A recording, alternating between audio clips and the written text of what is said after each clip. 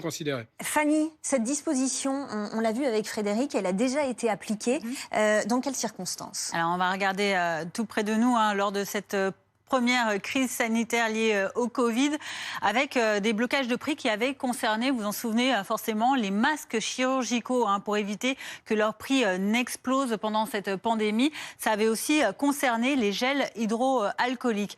On se rappelle également qu'à Mayotte, cet été encore, dans ce département d'outre-mer, eh bien, le blocage des prix a été appliqué à l'eau potable, à l'eau minérale, puisque là-bas, eh bien, une forte crise de l'eau a été constaté avec donc des bouteilles d'eau dont les prix ont été régulés par ces blocages des prix.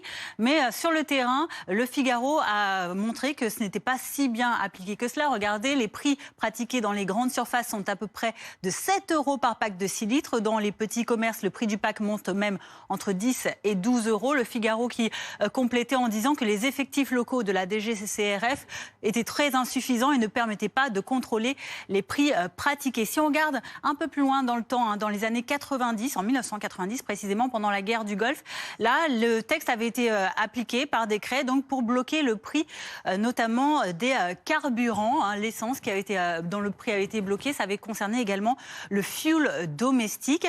Et puis, plus récemment, en 2012, François Hollande, alors candidat à la présidence, avait annoncé qu'il souhaitait bloquer les prix des carburants. On va l'écouter et puis on débriefe après.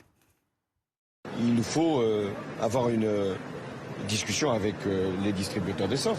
Il n'est pas possible d'avoir une montée du prix telle qu'elle est aujourd'hui. En tout cas, nous, si nous sommes en capacité d'agir dès le mois de mai, nous aurons un blocage temporaire du prix de l'essence.